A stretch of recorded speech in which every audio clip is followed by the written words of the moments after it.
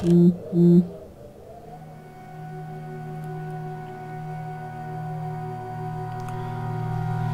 everybody, this is AMF, and welcome to the first episode of Let's Play Penumbra Overture.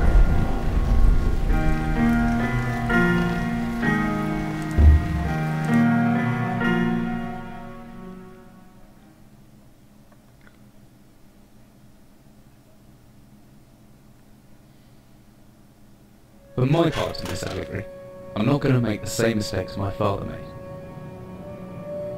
Howard vanished from my mother's life before I was even in it, so when he sent me a letter a few days after Mum's funeral, it was the first I'd ever heard from him. But he was dead. Writing from beyond the grave must be a genetic habit in my bloodline. His letter contained a key, instructions, pleas for forgiveness. I figured the dead don't have much use for absolution, so I turned to his prophetic passing, which he inexplicably expected to come any day. Clearly averse to explanations, my father preferred to leave directions to a bank on Mayfair I'd never even heard of. In that bank was a safety deposit box in his name, and myself as executor. Of course, I went, as he knew I would. I discovered that despite the evidence, he'd been legally declared dead almost 30 years ago, and so the old book and collection of notes I found had, in the eyes of the law, been mine all this time. My father's instructions were to burn the documents, raise no further questions.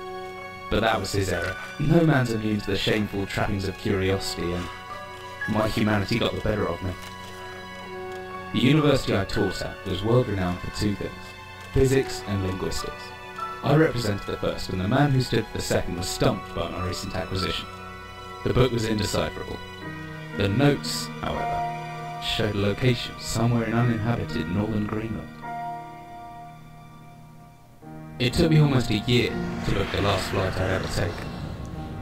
As I watched civilization disappear along with Heathrow, I realised my father had disappeared 3 decades ago, almost to the day, and I considered in turn what it was that I was leaving behind. We landed on a strip of ice a few feet wide, and within minutes I was pulling away on a chartered boat, beginning the 12-hour journey that would lead me into my past.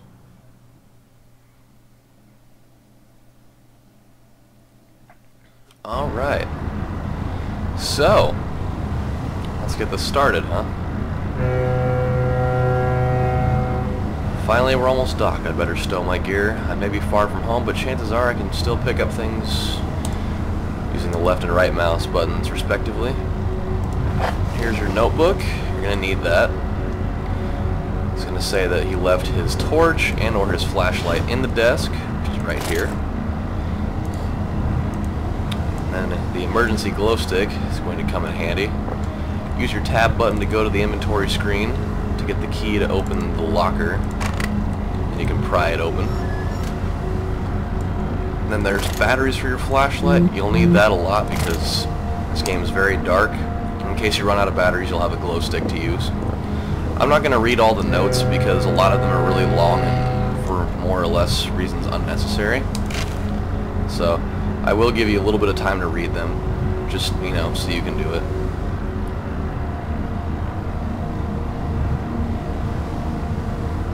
If you have to pause, then that also works out pretty well. So, just because I can only make videos that are only about 6 minutes long because of the video capture software I'm using, so I can't spend a lot of time on these. I will read the ones that are very important, though, so.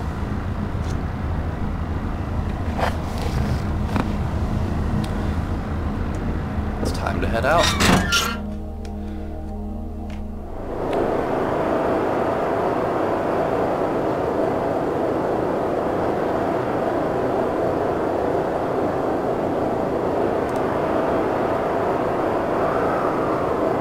It's very chilly out here. Alright, so if you hold down the shift button while you move, then you'll run.